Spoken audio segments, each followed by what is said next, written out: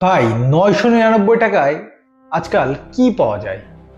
কোনো একটা নামি দামি ব্র্যান্ডের শপিং মলে ঢুকলেও দেখতে পাবেন ট্যাগ ঝুলছে 1000 টাকা থেকে 1500 টাকা দামের টি শার্ট। কিন্তু একবার ভাবুন তো, একটা ঝা চকচকে এসি শোরুম, যার মধ্যে ঝকঝকে আলো, লেটেস্ট ট্রেন্ডিং সব জামা কাপড়, জুতো, পারফিউম, সব একদম নিখুঁতভাবে সাজানো। অথচ দোকানের ভিতরে গিয়ে ঢুকে দেখলেন যে কোনো কিছুই 999 টাকার বেশি নেই। বেশিরভাগ জিনিসের দামই 100, 300 অথবা 600 টাকার মধ্যেই। শুনতে রাস্তার ধারে চৈত্র সেলের মতো মনে হলেও এটি কিন্তু কোনো লোকাল মার্কেট নয়।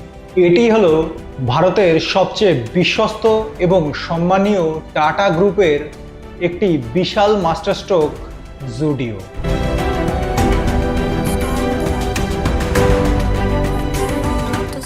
গত কয়েক বছরের মধ্যে জুডিও এমনভাবে রাজত্ব কায়েম করেছে যে ম্যাক্স, রিলায়েন্স ট্রেন্ডস, H&M এদের মতো গ্লোবাল জায়ান্টগুলির রাতের ঘুম উড়ে গেছে।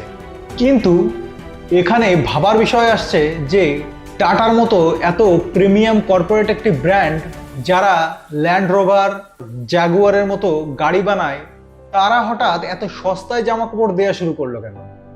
আবার সস্তায় বেচেও তারা হাজার হাজার কোটি টাকা প্রফিট করছে, সেটাও বা কিভাবে? আর মুকেশ আম্বানির রিলায়েন্সই বা এর পাল্টা জবাব কিভাবে দিচ্ছে? এই সব প্রশ্নগুলির উত্তর দেবে আমি, আপনাদের হোস্ট সৌভিক রয়।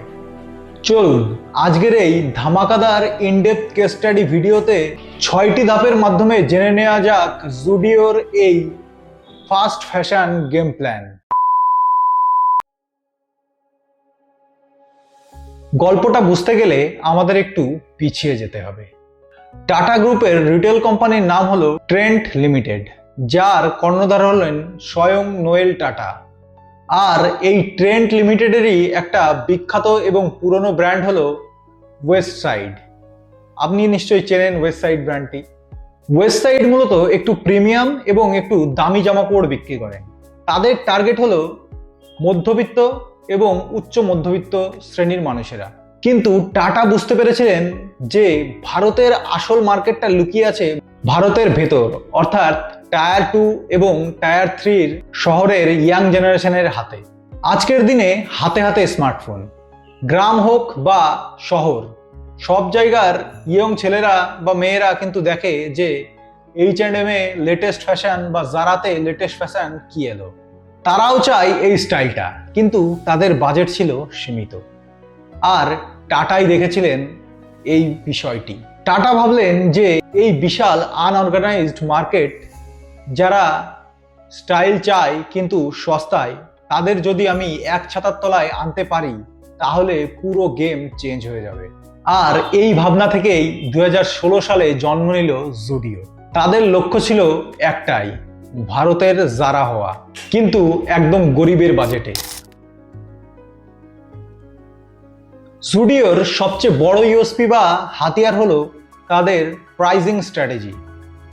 আপনি ভারতের যে কোনো জায়গায় যান না কেন, যে কোনো তাদের জুডিও স্টোরে যান না কেন, সেখানে কিন্তু আপনি 999 টাকার বেশি খুব কমই জিনিস পাবেন।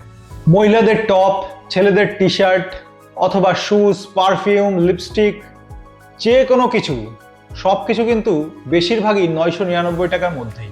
সাইকোলজিক্যালি এটি মানুষের মস্তিষ্কে এমনভাবেই হিট করে যে দোকানের ভিতরে গিয়ে প্রাইস ট্যাগ দেখেই মানুষ পাগল হয়ে যায়। ধরুন আপনি পকেটে 1000 টাকা নিয়ে একটি শার্ট কিনবেন বলে দোকানে ঢুকলেন, এবং দোকানে গিয়ে দেখলেন ওই শার্টটির দাম মাত্র 499 টাকায়। তখন আপনার মনে হলো, আরে আমি তো এর সঙ্গে একটি 199 টাকা দামের একটি টি শার্ট আর 199 টাকা দামের একটি পারফিউম অনায়াসেই নিয়ে নিতে পারবো। অর্থাৎ সস্তার চক্করে পড়ে কাস্টমাররা ইম্পালস বাইং করে ফেলে। যে একটা জিনিস কিনতে এসেছিল সে 3টে জিনিস কিনে নিয়ে বাড়ি ফেরে। আর এখানেই জুডিওর ভলিউম গেম শুরু হয়। তারা একটা জামায় বেশি প্রফিট করে না, তারা লাখ লাখ জামা বেচে বিশাল প্রফিট তুলে নেয়। তারা কোয়ান্টিটিতে খেলে। এবার আসি সবচেয়ে চমকে দেওয়া ফ্যাক্টে। আচ্ছা ভেবে দেখুন তো, আপনি কি কখনো কোনো টিভি অ্যাডে বা কোনো ইউটিউব অ্যাডে কিংবা রাস্তায় যেতে যেতে কোনো বড় বিলবোর্ডে জুডিওর অ্যাডভার্টাইজ দেখেছেন? কোনো বড় বড় সেলিব্রিটি বা অ্যাথলিটস এদেরকে কখনো জুডিওর ব্র্যান্ড অ্যাম্বাসেডর হতে দেখেছেন? গ্যারান্টি দিয়ে বলতে পারি দেখেননি, কারণ জুডিওর মার্কেটিং বাজেট হলো আক্ষরিক অর্থে জিরো। কিন্তু ভাই, মার্কেটিং ছাড়া এত কাস্টমার আসে কোথা থেকে? এখানেই টাটার ব্রেন কাজ করেছে রিয়েল এস্টেটে। দেখবেন জুডিও কিন্তু বড় বড় শপিং মলে দোকান খোলে না, কারণ সেখানে ভাড়া এতটাই বেশি যে তারা তাদের প্রোডাক্টগুলো সস্তা দিতেই পারে না। তারা সবসময় টার্গেট করে হাই স্ট্রিট লোকেশন, মানে শহরের বড় বড় রাস্তার একদম পাশে, কিন্তু মলের ভিতরে না, বাইরে।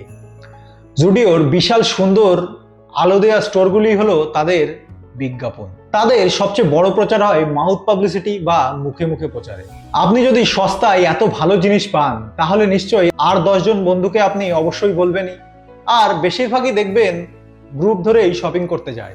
আর যখন আপনি বাইরে থেকে সুন্দর জুডিওর স্টোরটা দেখতে পান এবং আপনি জানেন এখানে বেশিরভাগ জিনিসই 999 টাকার মধ্যে, তখন আপনার পা অটোমেটিক্যালি ওই দোকানের মধ্যে চলে যায়। বিজ্ঞাপনে যে কোটি কোটি টাকা বেঁচে গেল, আর সেটাই তারা কাস্টমারকে প্রোডাক্ট ডিসকাউন্ট হিসাবে দিল।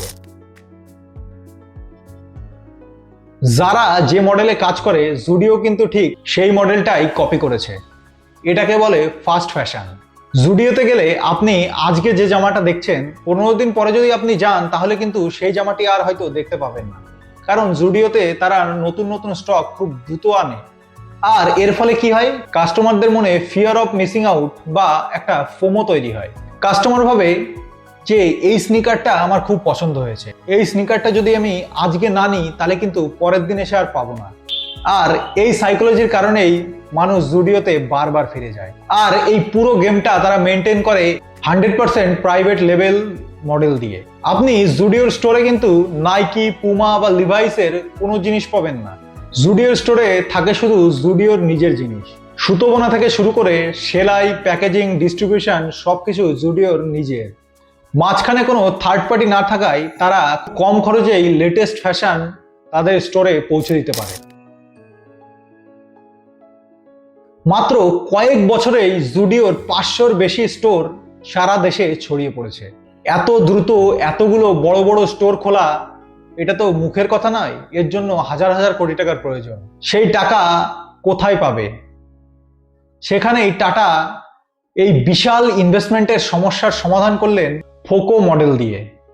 এবার আপনার মনে নিশ্চয় আসছে, ফোকো আবার কি? ফোকো মানে হলো ফ্র্যাঞ্চাইজি ওন্ড কোম্পানি অপারেটেড। অর্থাৎ আপনি যদি জুডিওর স্টোরের ফ্র্যাঞ্চাইজি নিতে চান, তাহলে আপনাকে 2 থেকে 3 কোটি টাকার ইনভেস্টমেন্ট করে দোকান, ঘর, ইন্টেরিয়ার আর সিকিউরিটি ডিপোজিট দিতে হবে। কিন্তু দোকানটা চালাবে কে? দোকানটা চালাবে খুদ জুডিও। দোকানে কোন মাল আসবে, দোকানে স্টাফ কারা হবে, কারা বিলিং করবে, সবকিছুই টাটা ডিসাইড করবে। এর ফলে কি হলো? এর ফলে টাটার পকেট থেকে ইনভেস্টমেন্টটা অনেক কম গেল। আবার কোয়ালিটি বা কাস্টমার এক্সপিরিয়েন্সের ওপর তাদের 100% কন্ট্রোল থাকলো। বিক্রি হওয়া লাভের একটি পার্সেন্টেজ ইনভেস্টর পেয়ে যায় এবং বাকি টাকা তাদের। একদম উইন উইন সিচুয়েশন। জুডিওর এই পাগলাটে গ্রোথ দেখে মার্কেটের বাকিরাও কিন্তু আর বসে নেই। মার্কেটে গ্রোথ বাঁচাতে রিলায়েন্স ট্রেন্ডসের মালিক মুকেশ আম্বানি লঞ্চ করেছে নতুন সাব ব্র্যান্ড ইউস্টা। অন্যদিকে আরেক বিখ্যাত retail chain shopper stop launch করেছে ইনটিউন, যাদের কাজ হলো জুডিওর মতোই সস্তায় ফ্যাশন বিক্রি করা। এমনকি ল্যান্ডমার্ক গ্রুপের ম্যাক্স ফ্যাশনও তাদের প্রাইসিং অনেকটা অ্যাগ্রেসিভ করেছে। অর্থাৎ জুডিও একাই পুরো ভারতের ভ্যালু ফ্যাশন মার্কেটকে একটা যুদ্ধের ময়দানে নিয়ে এসছে। তাহলে বন্ধুরা, জুডিও প্রমাণ করে দিয়েছে যে ভারতের মতো একটি প্রাইস সেন্সিটিভ মার্কেটে যদি আপনি একটি ভালো কোয়ালিটি এবং লেটেস্ট ফ্যাশন এবং সস্তা দামের প্রোডাক্ট আনতে পারেন, তাহলে কিন্তু এখানে গ্রো করা আপনাকে কেউ আটকাতে পারবে না। টাটা গ্রুপ বুঝিয়ে দিয়েছেন যে শুধু premium brand Jaguar, land rover এসব দিয়েই কিন্তু প্রিমিয়াম মার্কেট ধরা।